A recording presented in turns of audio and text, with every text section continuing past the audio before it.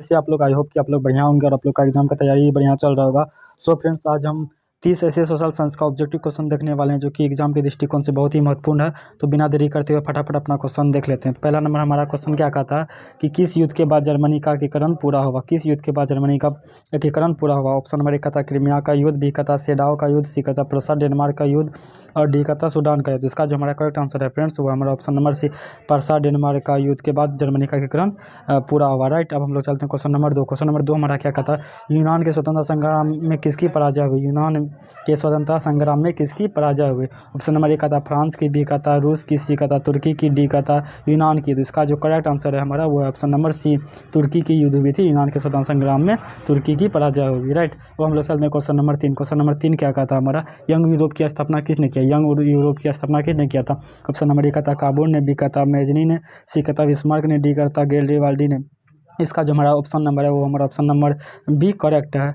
Right, Mazzini ने young Europe की स्थापना किया था। राइट, अब हम लोग चलते क्वेश्चन नंबर 4 में। क्वेश्चन नंबर 4 हमारा क्या कहता है जर्मन राइन राज्य का निर्माण किसने किया था। जर्मन राइन राज्य का निर्माण किसने किया था। तो ऑप्शन नंबर 1 कहता लुई 18वां ने, बी कहता नेपोलियन बोनापार्ट ने, सी कहता नेपोलियन तृतीय ने और डी कहता बिस्मार्क ने। तो इसका जो हमारा राइट आंसर है वो है हमारा option number B, Napoleon Bonaparte ने जर्मन राइन राज्य का निर्माण किया था। राइट, अब हम लोग चलते हैं क्वेश्चन नंबर 5 में। क्वेश्चन नंबर 5 हमारा क्या कहता है गैरिबाल्डी पेशे से क्या था।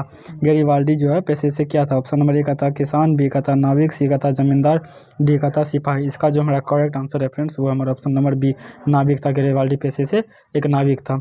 राइट, अब हम लोग चलते क्वेश्चन नंबर 6। क्वेश्चन नंबर 6 क्या कहता है रंपा विद्रोह कब हुआ। रंपा विद्रोह कब हुआ। तो इसका ऑप्शन नंबर 1 कहता 1916, बी कहता 1917, सी कहता 1918, डी कहता 1919। इसका जो हमारा करेक्ट आंसर है फ्रेंड्स वो है ऑप्शन नंबर ए है 1916 ईस्वी में रंपा विद्रोह हुआ था। बहुत इंपॉर्टेंट क्वेश्चन है। राइट, अब हम लोग चलते क्वेश्चन नंबर 7। क्वेश्चन नंबर 7 क्या कहता है कार्ल मार्क्स का जन्म कहाँ हुआ था। कार्ल मार्क्स का जन्म कहाँ हुआ था। ऑप्शन नंबर 1 कहता जापान में, बी कहता इटली में, सी कहता अमेरिका में, डी कहता जर्मनी में। इसका जो हमारा करेक्ट आंसर है फ्रेंड्स वो है ऑप्शन नंबर डी, जर्मनी में कार्ल मार्क्स का जन्म हुआ था। और कब हुआ था तो इसका जन्म 1818 ईस्वी में हुआ था। राइट, अब हम लोग चलते हैं क्वेश्चन नंबर 8 में। क्वेश्चन नंबर 8 क्या कहता है पूर्ण स्वराज की मांग का प्रस्ताव कांग्रेस के किस अधिवेशन द्वारा पारित हुआ। पूर्ण स्वराज की मांग का प्रस्ताव कांग्रेस के किस वार्षिक अधिवेशन में पारित हुआ। तो ऑप्शन नंबर 1 कहता 1929 लाहौर, बी कहता 1931 कराची, सी कहता 1933 कोलकाता और डी कहता 1937 बेलगांव। इसका जो हमारा करेक्ट आंसर है फ्रेंड्स वो हमारा ऑप्शन नंबर ए 1929 लाहौर में। राइट, अब हम लोग चलते क्वेश्चन नंबर अगला 9 में। तो क्वेश्चन नंबर 9 हमारा क्या है अंकोर वाट का मंदिर कहाँ स्थित है। अंकोर वाट का मंदिर कहाँ स्थित है। जिसका ऑप्शन नंबर 1 कहता कंबोडिया, बी कहता लाओस, सी कहता थाईलैंड, डी कहता वियतनाम। इसका जो हमारा करेक्ट आंसर है वो है हमारा ऑप्शन नंबर 1 कंबोडिया में अंकोर वाट का मंदिर है। तो किसने बनाया था अंकोर वाट का मंदिर। तो इसका राइट आंसर है अशोक वर्मा द्वितीय ने। अशोक वर्मा द्वितीय ने अंकोर वाट मंदिर का निर्माण कराया था। राइट, अब हम लोग चलते हैं क्वेश्चन नंबर 10। क्वेश्चन नंबर 10 क्या कहता है दादा साहेब फाल्के ने निम्नलिखित में किस फिल्म का निर्माण किया। दादा साहेब फाल्के ने निम्न में से किस फिल्म का निर्माण किया। ऑप्शन नंबर 1 कहता राजा हरिश्चंद्र, बी कहता झांसी की रानी, सी कहता गेस्ट हाउस, डी कहता CID। तो इसका जो हमारा करेक्ट आंसर है वो है ऑप्शन नंबर ए है जहाँ राजा हरिश्चंद्र दादा साहेब फाल्के ने राजा हरिश्चंद्र फिल्म का निर्माण किया था। राइट, अब हम लोग चलते हैं क्वेश्चन नंबर 11। क्वेश्चन नंबर 11 हमारा क्या कहता वल्लभ भाई पटेल को सरदार की उपाधि किस किसान आंदोलन के दौरान दी गई। वल्लभ भाई पटेल को सरदार की उपाधि किस किसान आंदोलन के दौरान दी गई। तो ऑप्शन नंबर ए है बारदोली, बी है अहमदाबाद, सी है खेरा, डी है चंपारण। इसका जो हमारा करेक्ट आंसर है वो है हमारा ऑप्शन नंबर ए बारदोली आंदोलन के दौरान वल्लभ भाई पटेल को सरदार की उपाधि दी गई थी। राइट, अब हम लोग चलते हैं क्वेश्चन नंबर 12। क्वेश्चन नंबर 12 क्या कहता इनमें काली मिट्टी का क्षेत्र कौन सा है।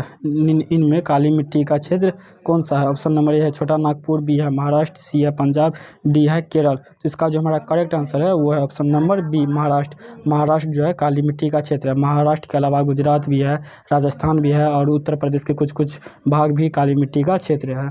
राइट, अब हम लोग चलते क्वेश्चन नंबर अगला 13 में। क्वेश्चन नंबर 13 हमारा क्या कहता है निम्नलिखित में कौन प्राकृतिक संसाधन नहीं। निम्न में कौन प्राकृतिक संसाधन नहीं है। ऑप्शन नंबर 1 कहता वन, बी कहता नदियाँ, सी कहता नगर, डी कहता खनिज। वन भी प्राकृतिक संसाधन है, नदी भी प्राकृतिक संसाधन है, खनिज भी प्राकृतिक संसाधन है, लेकिन नगर खनिज प्राकृतिक संसाधन नहीं है। मानव के द्वारा निर्माण किया गया या फिर बसाया गया ठीक संसाधन है। अब हम लोग चलते हैं क्वेश्चन नंबर 14। क्वेश्चन नंबर 14 हमारा क्या कहता है, सेफ्टी लैम्प का आविष्कार किसने किया। सेफ्टी लैम्प का आविष्कार किसने किया। ऑप्शन नंबर ए है जेम्स हारग्रीव्स ने, बी है लुई ने, सी है जॉन ने, डी है हम्फ्री डेवी ने। तो इसका जो हमारा करेक्ट आंसर है वो है हमारा option number D, Humphry Davy ने सेफ्टी लैम्प का आविष्कार किया था।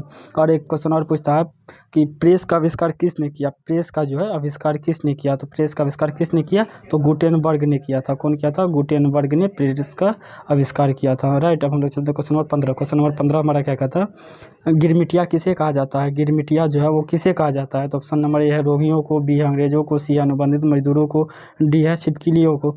तो इसका जो हमारा करेक्ट आंसर है वो हमारा ऑप्शन नंबर सी, अनुबंधित मजदूरों को गिरमिटिया कहा जाता था।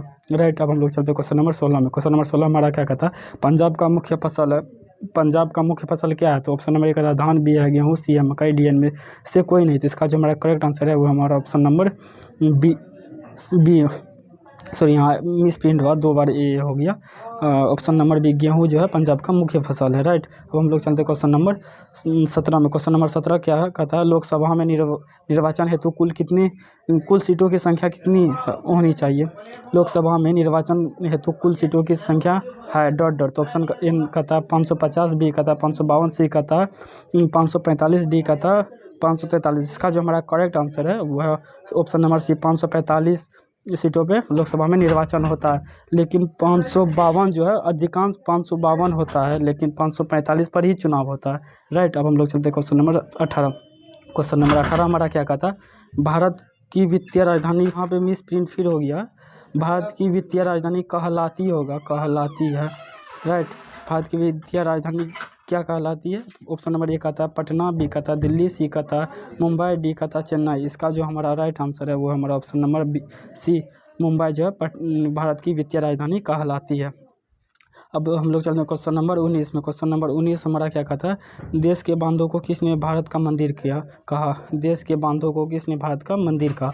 ऑप्शन नंबर ए है महात्मा गांधी ने, बी है राजेंद्र प्रसाद ने, सी है जवाहरलाल नेहरू ने, डी है स्वामी विवेकानंद ने। तो हमारा जो करेक्ट आंसर है फ्रेंड्स वो हमारा option number C, Jawaharlal Nehru ने भारत के बांधों को, देश के बांधों को भारत का मंदिर कहा। राइट। अब हम लोग चलते हैं क्वेश्चन नंबर 20। क्वेश्चन नंबर 20 हमारा क्या कहता है, संपूर्ण भारत में सूचना का अधिकार किस वर्ष लागू हुआ। संपूर्ण भारत में सूचना का अधिकार किस वर्ष लागू हुआ था। 5, 2006, 2007 और 2008। तो इसका जो हमारा करेक्ट आंसर है वो हमारा ऑप्शन नंबर ए है, 2005 में संपूर्ण भारत में सूचना का अधिकार लागू हुआ था। अब हम लोग चलते हैं क्वेश्चन नंबर 21। क्वेश्चन नंबर 21 क्या कहता है, ये काली मिट्टी का दूसरा नाम है डॉट डॉट।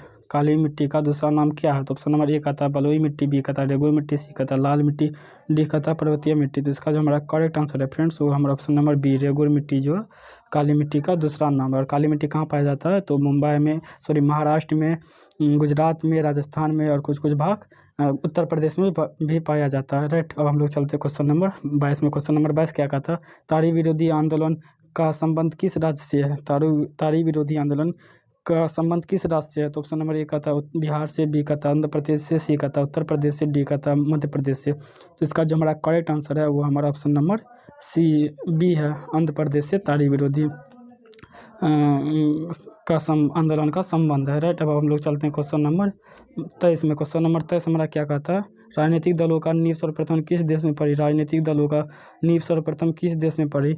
तो ऑप्शन नंबर ए कहता है ब्रिटेन में, बी कहता है संयुक्त राज्य अमेरिका में, सी कहता है भारत में, डी कहता है फ्रांस में। तो इसका जो हमारा करेक्ट आंसर है वो हमारा ऑप्शन नंबर ए है, ब्रिटेन में सर्वप्रथम राजनीतिक दलों का नींव पड़ा था। राइट। अब हम लोग चलते हैं क्वेश्चन नंबर 24। क्वेश्चन नंबर 24 हमारा क्या कहता है, बिहार में संपूर्ण क्रांति का नेतृत्व किसने किया था। बिहार में संपूर्ण क्रांति का नेतृत्व किसने किया था। ऑप्शन नंबर ए है मोरारजी देसाई ने, बी है जयप्रकाश नारायण ने, सी है महेंद्र सिंह टिकैत ने, डी है चौधरी चरण सिंह ने। इसका जो हमारा करेक्ट आंसर है वो हमारा ऑप्शन नंबर बी है, जयप्रकाश नारायण ने बिहार में संपूर्ण क्रांति का नेतृत्व किया था। राइट। अब हम लोग चलते हैं क्वेश्चन नंबर 25। क्वेश्चन नंबर 25 हमारा क्या कहता है, भारत में किस तरह के लोकतंत्र की व्यवस्था की गई है। भारत में किस तरह की लोकतंत्र की व्यवस्था की गई है। तो ऑप्शन नंबर ए कहता है प्रत्यक्ष, बी कहता है प्रत्यक्ष, सी कहता है प्रत्यक्ष और अप्रत्यक्ष दोनों, डी कहता है इनमें से कोई नहीं। तो इसका जो हमारा करेक्ट आंसर है वो है हमारा ऑप्शन नंबर बी, अप्रत्यक्ष रूप से भारत में लोकतंत्र की व्यवस्था की गई। राइट, अब हम लोग चलते क्वेश्चन नंबर 26। क्वेश्चन नंबर 26 क्या कहता है? चिपको आंदोलन का संबंध है, चिपको आंदोलन का संबंध किससे है? तो ऑप्शन नंबर 1 कहता शराबखोरी से, बी कहता स्वतंत्र तेलंगाना राज्य की मांग से, बी कहता पर्यावरण की सुरक्षा से, और डी कहता महंगाई और बेरोजगारी से। तो इसका जो हमारा करेक्ट आंसर है फ्रेंड्स वो हमारा ऑप्शन नंबर सी, पर्यावरण की सुरक्षा से चिपको आंदोलन का संबंध है। राइट, अब हम लोग चलते क्वेश्चन नंबर 27। क्वेश्चन नंबर 27 हमारा क्या कहता? यह कथन निम्नलिखित में किसका है? लोकतंत्र जनता का, जनता द्वारा जनता के लिए शासन है, यह कथन निम्नलिखित में किनका है? तो ऑप्शन नंबर 1 कहता है अरस्तू का है, बी कहता है प्लेटो का है, सी कहता है अब्राहम लिंकन का है, डी कहता है महात्मा गांधी का है। इसका जो हमारा करेक्ट आंसर है फ्रेंड्स वो हमारा ऑप्शन नंबर सी है, अब्राहम लिंकन का यह कथन है। भारत लोकतंत्र जनता का, जनता द्वारा जनता के लिए शासन है, यह कथन अब्राहम लिंकन का है। राइट, अब हम लोग चलते क्वेश्चन नंबर 28 में। क्वेश्चन नंबर 28 हमारा क्या कहता है? भारत में कितने राष्ट्रीयकृत बैंक है? भारत में कितने राष्ट्रीयकृत बैंक है? ऑप्शन नंबर 1 कहता है 12, बी कहता है 25, सी कहता है 27, डी कहता है 30। हमारा करेक्ट आंसर है फ्रेंड्स वो हमारा ऑप्शन नंबर सी है, 27 बैंक है भारत में राष्ट्रीयकृत बैंक। अब हम लोग चलते क्वेश्चन नंबर 29 में। क्वेश्चन नंबर 29 हमारा क्या कहता है?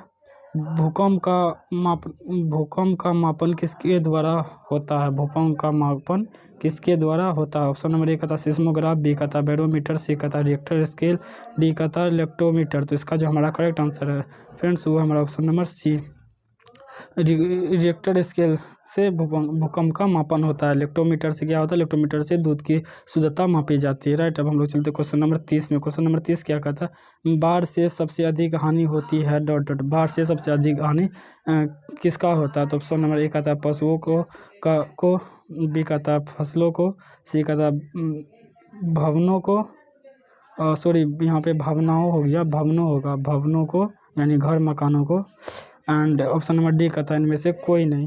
इसका जो हमारा करेक्ट आंसर है फ्रेंड्स वो हमारा ऑप्शन नंबर बी है, फसलों को सबसे अधिक हानि होती है बाढ़ से। सो फ्रेंड्स ये था आज का हमारा टोटल 6 वेरी इंपॉर्टेंट क्वेश्चन जो कि एग्जाम की दृष्टि से बहुत ही महत्वपूर्ण है। सो फ्रेंड्स आई होप कि आप लोगों को थोड़ा बहुत नॉलेज मिला होगा। सो फ्रेंड्स आप लोग प्लीज़ चैनल को लाइक कीजिए एंड सब्सक्राइब कीजिए। फिर मिलते हैं अगले नेक्स्ट वीडियो में, तब तक के लिए जय हिंद।